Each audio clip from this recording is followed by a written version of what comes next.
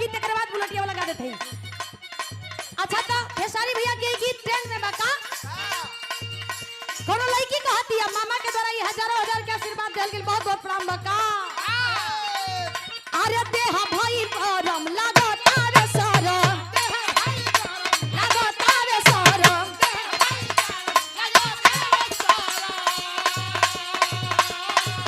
अरे देह भाई गरम लागो तारे सरम बचा लो नहीं तो ना सजाई धरम नहीं तो ना सजाई धरम अरे देह भाई गरम लागो तारे सरम बचा लो नहीं तो ना सजाई धरम। कहती है लड़की लगे से हट छुआ जाई हो लगे से हट छुआ जाई हो तब कहता रे हिट मशीन खेसारी भैया का। अरे भट्टर के छेमिनिया गदरल जवनिया खिया दो नहीं तो जुआ जाई हो खिया दो नहीं तो जुआ जाई हो गइला का।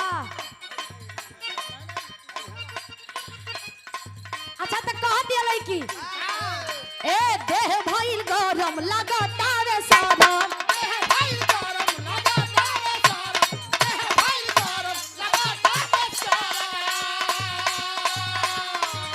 अरे देह भइल गरम लागता रे सरम बचा लो नहीं तो न सजाई धरम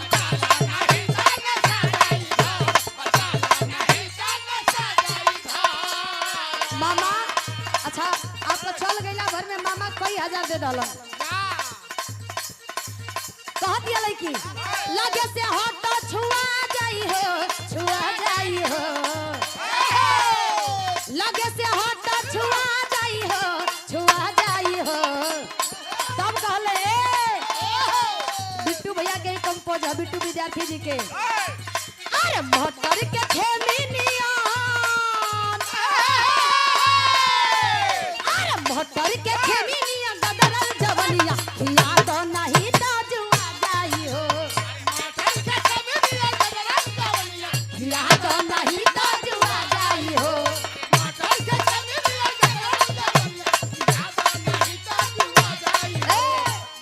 बुलेटिया वाला के मांग हो का। अच्छा का मामा एक मिनट यही पर एक मिनट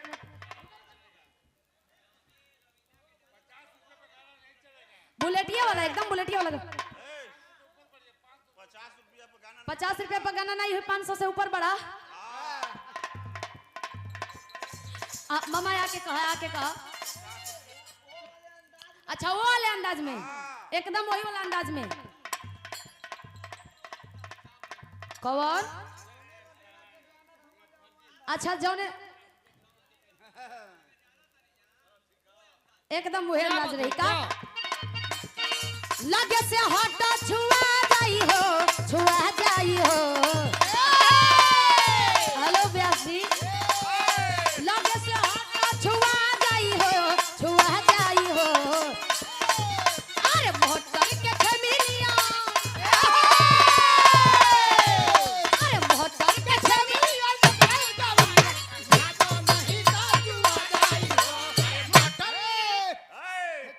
चटाई भर भेटाई हो गई। अरे भट्टर के छेमिनिया गदरल जवनिया याद नहीं तो जुआ जाई घट गनी महाराज। अच्छा तो 500 ही लिया दल